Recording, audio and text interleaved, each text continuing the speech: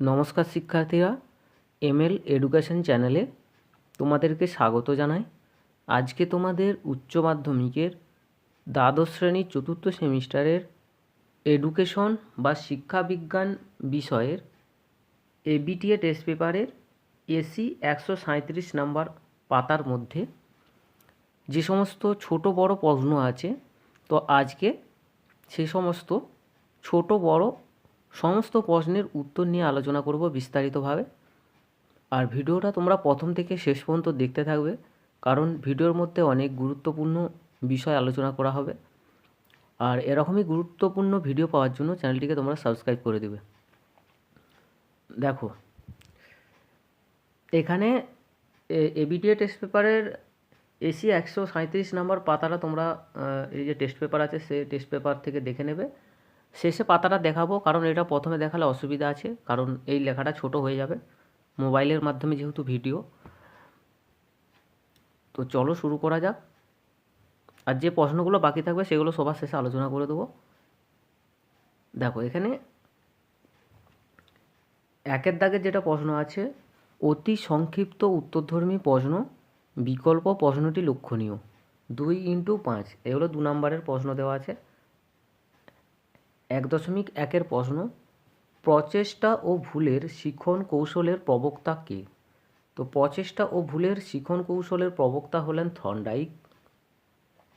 এই তত্ত্বের মূল কথা কি? এই তত্ত্বের মতে উদ্দীপক ও প্রতিক্রিয়ার মধ্যে সংযোগ স্থাপনের মাধ্যমে শিখন হয়, আর এই সংযোগ বা বন্ধন সৃষ্টি হয় প্রচেষ্টা ও ভুল প্রক্রিয়ার মাধ্যমে। অথবা দিয়ে একটা প্রশ্ন আছে, থার্স্টনের দলগত উপাদান তত্ত্বের মূল কথা কি? থার্স্টনের দলগত উপাদান তত্ত্বের মূল কথা হলো, থার্স্টনের তত্ত্ব অনুযায়ী বুদ্ধি একটি, দুটি বা বহু উপাদানের সমন্বয় নয়। এই তত্ত্ব অনুযায়ী বুদ্ধি 7টি উপাদান নিয়ে গঠিত। এই 7টি উপাদান বিভিন্ন কাজের জন্য বিভিন্নভাবে একত্রিত হয় এবং কাজ করে। এগুলি হলো স্মৃতি, সংখ্যা, প্রত্যক্ষণ, যুক্তি, স্থান প্রত্যক্ষণ, ভাষা ভাষা শব্দ এবং শব্দ স্বাচ্ছন্দ্য। দেখো, 1, 2, 3, 4, 5, 6, 7 এই 7টা জিনিস তোমরা মুখস্থ করে রাখবে, কারণ এর থেকে প্রশ্ন কিন্তু হওয়ার সম্ভাবনা খুবই বেশি। স্মৃতি, সংখ্যা, প্রত্যক্ষণ, যুক্তি, স্থান প্রত্যক্ষণ, ভাষা শব্দ এবং শব্দ স্বাচ্ছন্দ্য। ঠিক আছে?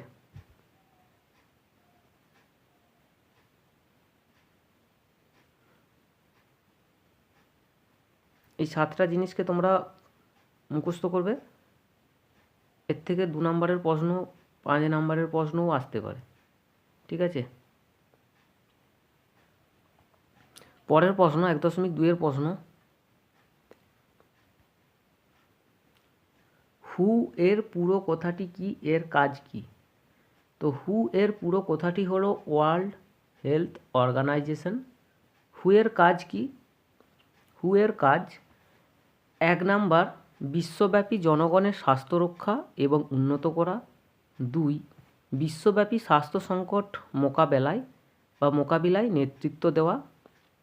3 মহামারী, প্রাকৃতিক দুর্যোগ এবং মানবিক সংকটসহ স্বাস্থ্য জরুরি অবস্থার জন্য দেশগুলিকে সাহায্য করা।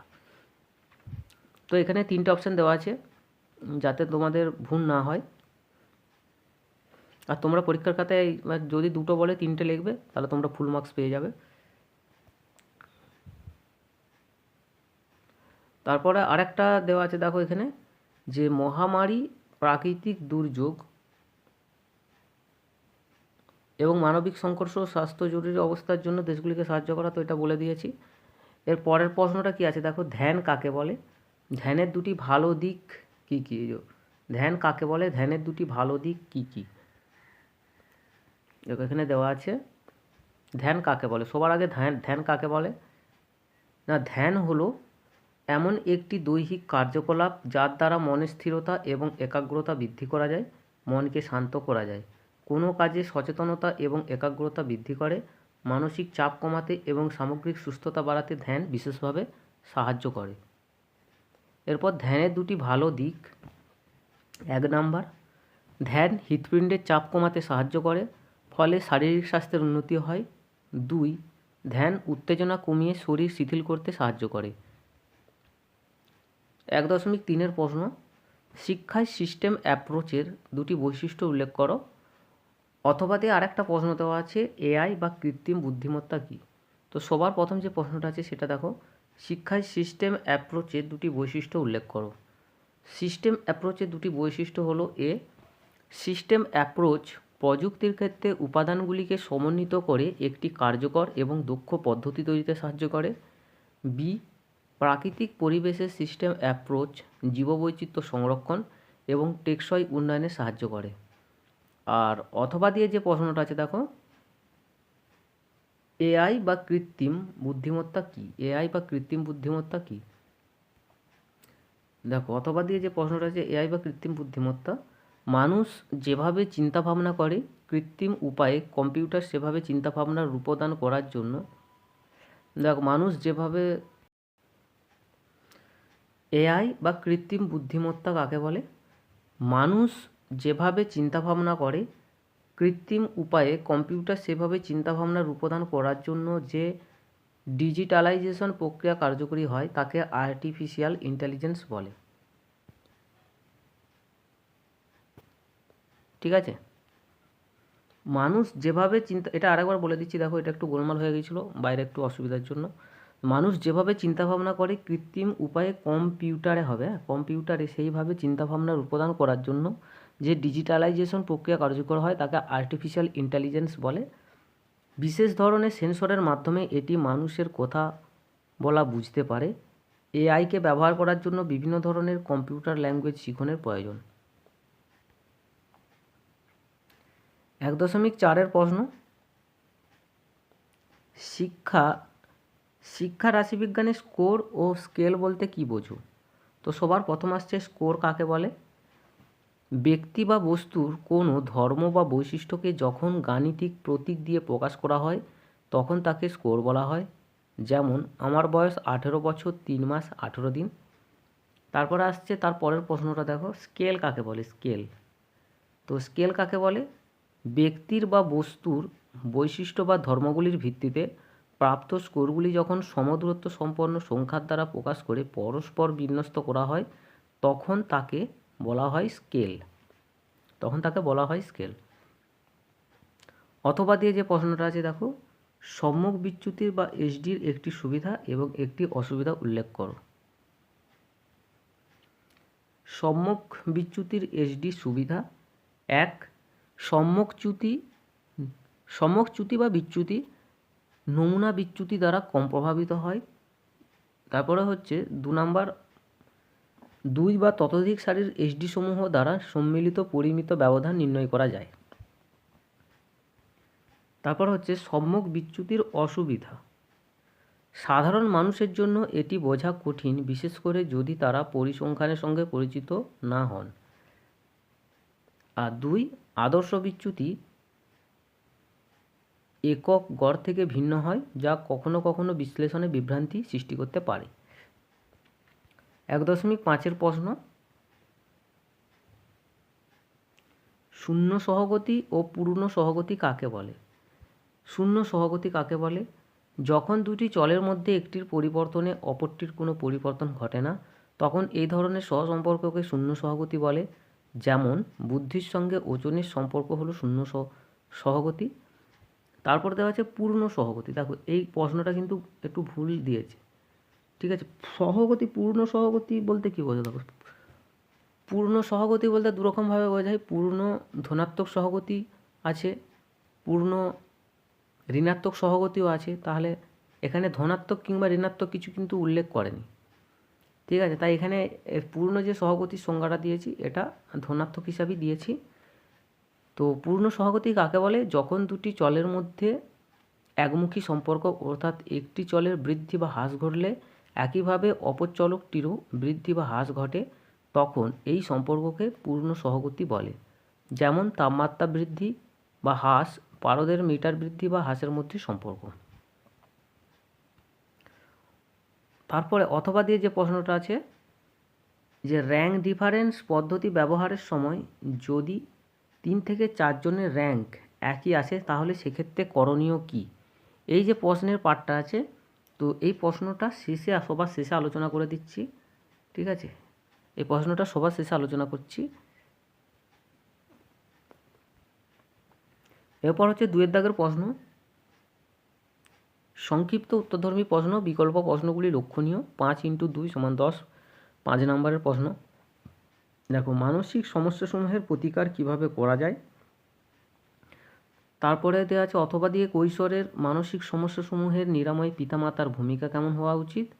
আর অথবা দিয়ে দেওয়া আছে মনোবিজ্ঞানসম্মতভাবে ভালো থাকার বা ওয়েলবিইংয়ের কৌশলগুলি কী কী। তো এই প্রশ্নগুলো পরপর করে আলোচনা করছি। তো সবার প্রথম যে প্রশ্নটা আছে যে মানসিক সমস্যাসমূহের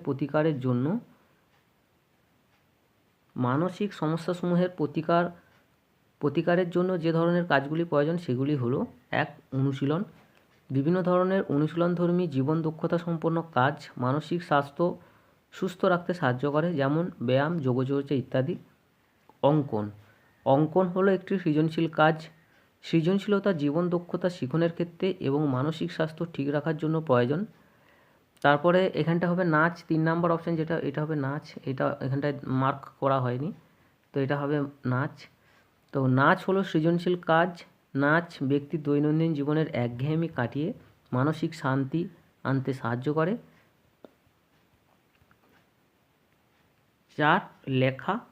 কবি, সাহিত্যিক প্রমুখ ব্যক্তিবর্গের বিভিন্ন ধরনের কাজ হলো সৃজনধর্মী। এই ধরনের জীবন দক্ষতাধর্মী কাজ মানসিক শান্তি আনে। 5. বাদ্যযন্ত্রের ব্যবহার। বিভিন্ন ধরনের গান বাজনার যন্ত্র যেমন পিয়ানো, তবলা, এসরাজ, হারমোনিয়াম ইত্যাদি। ব্যায়ামের জন্য যন্ত্র যথা বারবেল, ডাম্বেল ইত্যাদির ব্যবহার মানসিক ও দৈহিক সমস্যা সমাধানে কার্যকরী। এগুলি মনে প্রফুল্লতা আনে এবং মানসিক স্বাস্থ্যকে সুস্থ রাখে। তাই এই যন্ত্রসমূহ জীবন দক্ষতার ক্ষেত্রে গুরুত্বপূর্ণ ভূমিকা পালন করে। পরের প্রশ্ন, পরের যে পার্টটা আছে দেখো, এই যে এখানে প্রশ্নটা দেখে নাও যে কৈশোরের মানসিক সমস্যাসমূহের নিরাময়ে পিতামাতার ভূমিকা কেমন হওয়া উচিত। তো এই প্রশ্নের পার্টটা আলোচনা করছি, এই প্রশ্নটা আলোচনা করছি উত্তরটা। তো কৈশোরের মানসিক সমস্যাসমূহের নিরাময়ে পিতামাতার ভূমিকা, সবার প্রথম আসছে মাতার ভূমিকা বা মায়ের ভূমিকা। শিশু মার উপর একান্তভাবে নির্ভরশীল। জন্মক্ষণ থেকেই তার দৈহিক ও মানসিক চাহিদাগুলি মা ভিন্ন সে সংগ্রহ করতে পারে না। শিশুর শিক্ষা প্রথম মাকে কেন্দ্র করেই আরম্ভ হয়। খাদ্য, ভালোবাসা, আশ্রয় সবই সে মার কাছ থেকে পায় এবং এ থেকেই তার মধ্যে নিরাপত্তাবোধ আসে। এ মৌলিক চাহিদার যে কোনো একটির অভাব শিশুর মধ্যে নিরাশ্রয়তা, ভয় ও দুশ্চিন্তার উদ্রেক করে। অতি শৈশবকালে শিশু জৈবিক উদ্দীপক ছাড়াও অন্যান্য উদ্দীপকে সাড়া দিতে আরম্ভ করে। দিনের অত্যন্ত নিয়মিত ঘটনাসমূহে মার যাওয়া আসা, মার তার সম্পর্কে আচার আচরণ বা আচরভঙ্গি, আদর করার ভঙ্গি শিশুর মনোরাজ্যে একটা গভীর প্রভাব বিস্তার করে। মার আচরণ ধারা সুস্থ বা অসুস্থ শিশুর মধ্যে হয় নিরাপত্তাবোধ নয় নিরাশ্রয়তা ও হতাশার ভাব নিয়ে আসে। খুব অস্পষ্টভাবে হলেও মার ব্যক্তিত্বের একটা ছায়া শিশুর মানস ভূমিকে আনাগোনা করতে থাকে। মার সঙ্গে শিশুর সম্পর্কের প্রকৃতি শিশুর ব্যক্তিত্ব বিকাশ সুস্থ কি অসুস্থ ধারায় হবে তা নির্ণয় করে। ঠিক আছে, ভাষাটা একটু কঠিন আছে, কিন্তু ভাষাটা একটু জটিল মনে হলেও ভাষাটা স্ট্যান্ডার্ড ভাষা। তারপর হচ্ছে 2 হচ্ছে পিতার প্রভাব। 1 বছর পর থেকেই শিশু ধীরে ধীরে মার সম্পর্কে অপেক্ষাকৃত কম নির্ভরশীল হতে থাকে। এই সময় থেকে পিতার সংসর্গক্রমে প্রত্যক্ষ হতে থাকে। কোনো পরিবারে পিতা সর্বময়কর্তা। পিতার ব্যক্তিত্বও শিশুর মানসলোকে পরোক্ষভাবে প্রভাব বিস্তার করে। ঠিক আছে, ভাষাটা একটু জটিল হলেও এটা স্ট্যান্ডার্ড ভাষা, এটা লিখলে তোমরা ফুল মার্কস পেয়ে যাবে। দেখো এর শেষের যে পার্টটা আছে বা শেষের যে অংশটা আছে, দেখো যে মনোবিজ্ঞানসম্মতভাবে ভালো থাকার বা ওয়েলবিংয়ের কৌশলগুলি কী কী।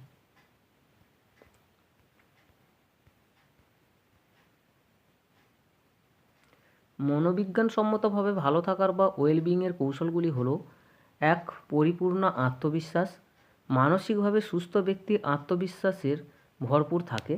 এদের মানসিক দৃঢ়তা অন্যদের তুলনায় অনেক বেশি। 2. আত্মসচেতনতা। মনস্তাত্ত্বিক সুস্থতার একটি বিশেষ লক্ষণ হলো নিজের ভালো মন্দ দিকগুলি সম্পর্কে সচেতন হওয়া, নিজের ত্রুটিগুলিকে চিহ্নিত করে সেগুলির পরিপূরণ করার চেষ্টা করা এবং দুর্বলতাগুলিকে চিহ্নিত করে সেগুলির মোকাবিলা করার চেষ্টা করা। 3. অন্যের প্রতি সহানুভূতিশীল হওয়া। মানসিক সুস্থতার একটি গুরুত্বপূর্ণ লক্ষণ হলো অন্যের আবেগগুলিকে অনুধাবন করতে পারা এবং তাদের প্রতি সহানুভূতিশীল হওয়া। 4. পাক্ষবিক এবং সামাজিক বিকাশ। প্রয়োজনীয় পাক্ষবিক এবং সামাজিক বিকাশ মনস্তাত্ত্বিক সুস্থতার বিশেষ পরিচায়ক। 5. অভিযোজন ক্ষমতা। মানসিক সুস্থতা বজায় থাকলে তবেই ব্যক্তি পরিবর্তিত সব রকম পরিবেশের সঙ্গে মানিয়ে নিতে সক্ষম হয়। এটা 6 নম্বর হবে। দেখো 6 নম্বর হচ্ছে ইতিবাচক দৃষ্টিভঙ্গি, এটা পয়েন্ট করা হয়নি। তো ইতিবাচক দৃষ্টিভঙ্গি কি না, নিজের প্রতি এবং অন্য সকলের প্রতি ইতিবাচক দৃষ্টিভঙ্গি প্রদর্শন করা এবং কঠিন পরিস্থিতিতে কর্তব্যে অনড় থাকা মানসিক সুস্থতার লক্ষণ। 7. সৃজনশীলতা। যে সমস্ত কর্ম সম্পাদন করে সৃষ্টির আনন্দ পাওয়া যায় সেই সমস্ত কাজগুলিকে বলা হয় সৃজনশীল কাজ। একমাত্র সামাজিকভাবে সুস্থ ব্যক্তি নতুন কাজ শেখা, নতুন কাজ করা এবং সৃজনশীল কাজে নিজেকে নিযুক্ত রাখতে সক্ষম হয়। 2.2 প্রশ্ন, শিক্ষা বিজ্ঞানে প্রযুক্তিবিদ্যা টেকনোলজি ইন এডুকেশন এবং শিক্ষা বিজ্ঞানের প্রযুক্তিবিদ্যা টেকনোলজি অফ এডুকেশন এর মূলগত পার্থক্যগুলি কী? অথবা দিয়ে দেওয়া আছে শিক্ষাক্ষেত্রে সিস্টেম অ্যাপ্রোচ কেন প্রয়োজন হয়। তো দেখো এই যে প্রশ্নের পার্টটা আছে যে শিক্ষা বিজ্ঞানে প্রযুক্তিবিদ্যা টেকনোলজি ইন এডুকেশন এবং শিক্ষা বিজ্ঞানের প্রযুক্তিবিদ্যা টেকনোলজি অফ এডুকেশন। তো এই প্রশ্নের উত্তরটা সবার শেষ আলোচনা করছি। বাকি যে পার্ট বা অংশটা আছে দেখো, শিক্ষাক্ষেত্রে সিস্টেম অ্যাপ্রোচ কেন প্রয়োজন হয়, তো এটা আলোচনা করছি।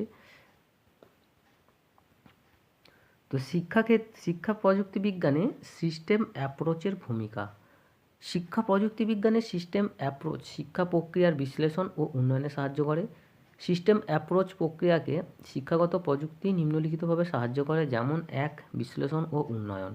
শিক্ষা প্রযুক্তি বিজ্ঞান শিক্ষণ প্রক্রিয়াকে যথাযথভাবে বিশ্লেষণ করে উন্নয়ন ঘটাতে সাহায্য করে। 2. নকশাকরণ ও বাস্তবায়ন।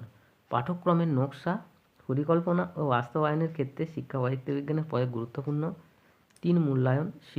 শিক্ষার্থীর অগ্রগতি মূল্যায়নে শিক্ষা প্রযুক্তি বিজ্ঞানের ব্যবহার রয়েছে। 4. স্বশিক্ষণ। শিক্ষা প্রযুক্তি বিজ্ঞান শিক্ষার্থীদের চাহিদা, আগ্রহ ও ক্ষমতা অনুযায়ী শিক্ষণে সাহায্য করে।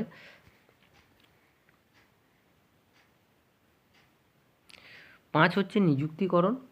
শিক্ষা প্রযুক্তি বিজ্ঞান শিক্ষার্থীদের বিভিন্ন বিষয় যেমন বিজ্ঞান, ইতিহাস, মানবতামূলক বিষয়সমূহকে বোধগম্য করে তুলতে এবং তাদের বিষয়সমূহে আগ্রহী করে তোলার জন্য বিষয়ে নিযুক্তিকরণের ক্ষেত্রে উল্লেখযোগ্য ভূমিকা গ্রহণ করে।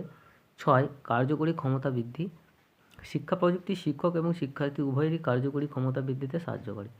সুতরাং সিস্টেম অ্যাপ্রোচ শিক্ষা প্রক্রিয়ার সঙ্গে যুক্ত সমস্ত ক্ষেত্রে কীভাবে শিক্ষা প্রযুক্তিকে কাজে লাগানো যায় সে ব্যাপারে কার্যকরী ভূমিকা গ্রহণ করে। 3 নম্বরের প্রশ্ন, 3 দাগের প্রশ্ন, ব্যাখ্যামূলক বা গণনামূলক প্রশ্ন, বিকল্প প্রশ্নটি লক্ষণীয়। এগুলো 10 নম্বরের প্রশ্ন। তো এখানে কি দেওয়া আছে যে স্পিয়ারম্যানের দ্বি উপাদান তত্ত্ব এবং থার্স্টনের দলগত উপাদান তত্ত্বের পার্থক্য লেখো। দেখো এখানে স্পিয়ারম্যানের দ্বি উপাদান তত্ত্ব এবং থার্স্টনের দলগত উপাদান তত্ত্বের যে পার্থক্য আছে, তো এটাও সবার শেষে আলোচনা করব।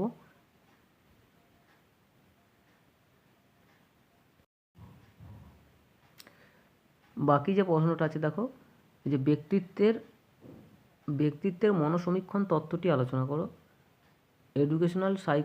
তো ব্যক্তিত্বের এই যে মনসমীক্ষণ তত্ত্ব বলে যে প্রশ্নটা আছে, তো এই প্রশ্নের উত্তর এই চ্যানেলে আগেই দেওয়া আছে।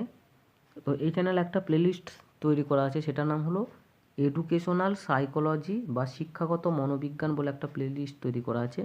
এডুকেশনাল সাইকোলজি শিক্ষাগত মনোবিজ্ঞান, এই প্লেলিস্টে তোমরা গিয়ে খোঁজ করবে। তো এখানে এই ভিডিওটা দেওয়া আছে। তো এখানে প্রশ্নটা এখানে যেভাবে দেওয়া আছে যে ফ্রয়েডের মনসমীক্ষণ তত্ত্ব, ঠিক আছে। তো ব্যক্তিত্বের মনসমীক্ষণ তত্ত্ব মানে এখানে হচ্ছে ফ্রয়েডের মনসমীক্ষণ তত্ত্ব, ফ্রয়েডের ব্যক্তিত্বের মনসমীক্ষণ তত্ত্ব। তো এডুকেশনাল সাইকোলজি শিক্ষাগত মনোবিজ্ঞান এই প্লেলিস্টে এটা দেওয়া আছে। তো সেখান থেকে তোমরা এটা দেখে নেবে এবং খাতায় নোট করে নেবে। 3.2 প্রশ্ন, মোড কাকে বলে? মোড কিভাবে নির্ণয় করা যায়, মোড নির্ণয়ের একমাত্র সূত্রটি কী? তো সবার প্রথম আসছে মোড কাকে বলে।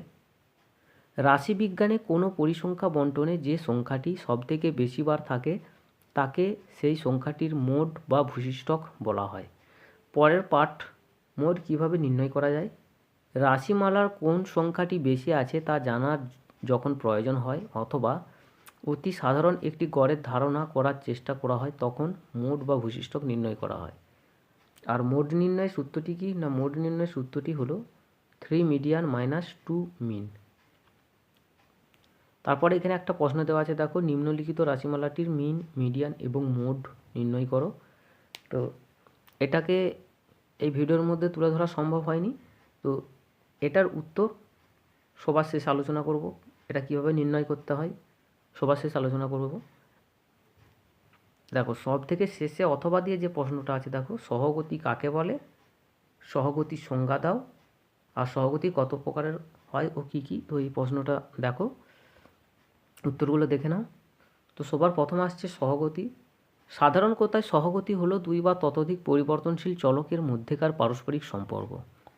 সামাজিক পরিসংখ্যানের দৃষ্টিকোণ থেকে দুই বা ততোধিক চলকের একই সঙ্গে পরিবর্তিত হওয়ার প্রবণতা বা পরস্পর নির্ভরশীলতাকে সহগতি বলে। সহগতির সংজ্ঞা, এরপর আসছে সহগতির সংজ্ঞা। ডব্লিউ.আই. কিংয়ের মতে সহগতি হলো দুটি তথ্য সারির বা দলের কার্যকারণ সম্বন্ধীয় সম্পর্ক।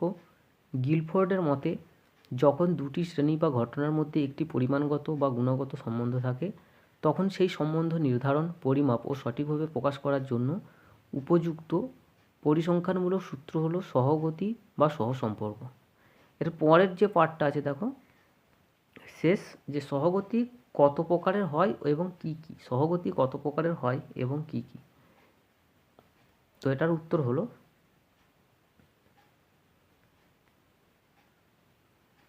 দেখো সহগতি হচ্ছে, এই যে এখানে অংশটা দেওয়া আছে, দেখো সহগতি হচ্ছে, সহগতিকে তিন ভাগে ভাগ করা যায়। সহগতিকে তিন ভাগে ভাগ করা যায়। একটা হচ্ছে ধনাত্মক সহগতি, তারপরে 2 ঋণাত্মক সহগতি, 3 সহগতি শূন্য। তো সবার প্রথম আসছে ধনাত্মক সহগতি কাকে বলে। কতকগুলি ক্রিয়া আছে যারা পরস্পরকে সহযোগিতা করে, অর্থাৎ একটির ক্ষেত্রে পরিবর্তন হলে অপরটির ক্ষেত্রেও ইতিবাচক পরিবর্তন ঘটে, এগুলি হলো ধনাত্মক সহগতি। যেমন অনুশীলনের সঙ্গে গণিতের পারদর্শিতা বিশেষভাবে যুক্ত, অর্থাৎ শিশু যত অনুশীলন করবে তার গণিতের ক্ষেত্রে পারদর্শিতা তত বাড়বে। 2 ঋণাত্মক সহগতি, যে ক্রিয়াগুলি পরস্পরকে সহযোগিতা করে না সেগুলি হলো ঋণাত্মক সহগতি, অর্থাৎ একটির ক্ষেত্রে পরিবর্তন হলে অপরটির ক্ষেত্রে নেতিবাচক পরিবর্তন ঘটে। যেমন বইয়ের চাপ যত কমবে শিশুর শিক্ষা গ্রহণের স্বতঃস্ফূর্ততা তত বাড়বে। 3 সহগতি শূন্য, পৃথিবীতে এমন দুটি বিষয় আছে যাদের মধ্যে কোনো সম্পর্ক নেই, যেমন শারীরিক ক্ষমতার সঙ্গে স্মৃতির কোনো সম্পর্ক নেই। এই ধরনের সম্পর্ককে বলা হয় সহগতি শূন্য। তো এরপর বাকি যে প্রশ্নগুলো আছে তো সেগুলো পরপর করে আলোচনা করব।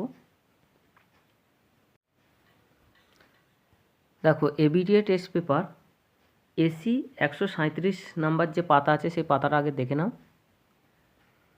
দেখো এসি 137 পাতার এই যে প্রশ্নগুলো একটু দেখে নাও, আর এই শেষের দিকে একটা প্রশ্ন আছে। তো প্রশ্নগুলো অলরেডি আগে আলোচনা করেছি, তো এখান থেকে এরপর যে প্রশ্নগুলো বাকি আছে সেগুলো পরপর আলোচনা করব।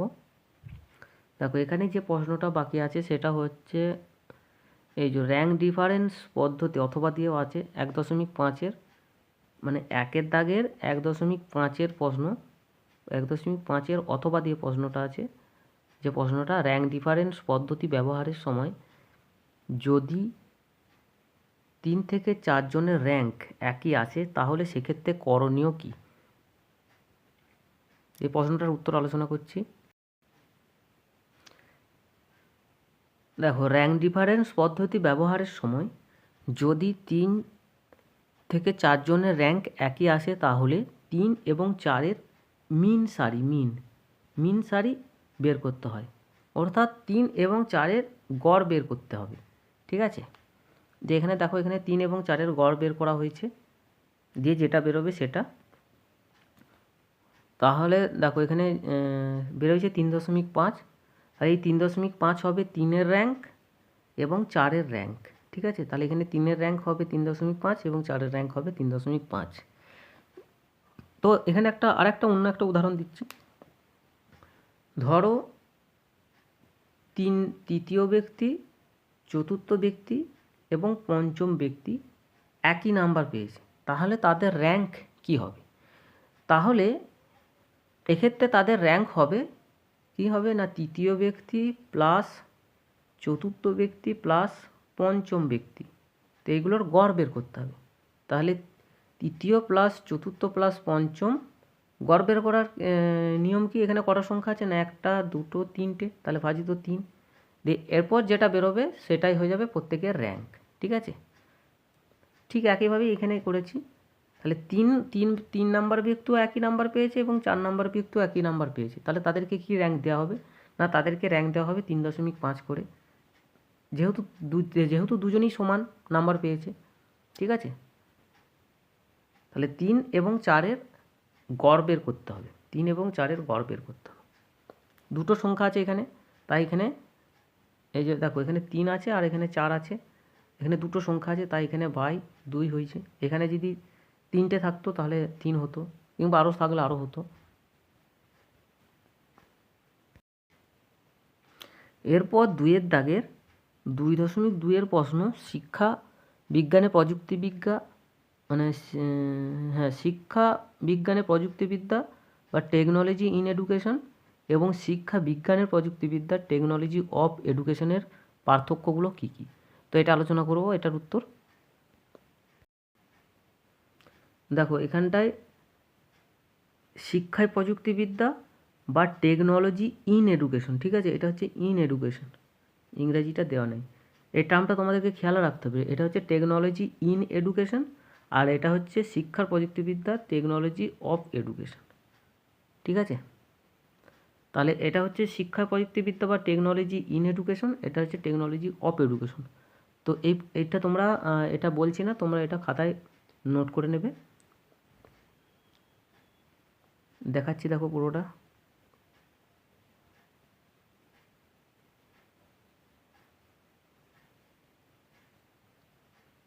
তো এটা তোমরা খাতায় নোট করে দেবে। এরপর পরের যে প্রশ্ন আছে সে প্রশ্নে চলে যাব। দেখো এখানে পরের যে প্রশ্নটা আছে 3-এর দাগের 3.1-এর প্রশ্ন, স্পিয়ারম্যানের দ্বি-উপাদান তত্ত্ব এবং থার্স্টনের দলগত উপাদান তত্ত্বের পার্থক্য লেখো। তো এই প্রশ্নের উত্তরটা আলোচনা করছি। দেখো এখানেতে স্পিয়ারম্যানের দ্বি-উপাদান তত্ত্বের সঙ্গে থার্স্টনের দলগত উপাদান তত্ত্বের পার্থক্য দেওয়া আছে। এখানে পার্থক্যের বিষয়গুলো আমি শুধু বলে দিচ্ছি, তোমরা এখানে এই যে দ্বি-উপাদান তত্ত্ব আর থার্স্টনের দলগত উপাদান তত্ত্বের বাকি যেগুলো আছে সেগুলো তোমরা খাতায় নোট করে নেবে।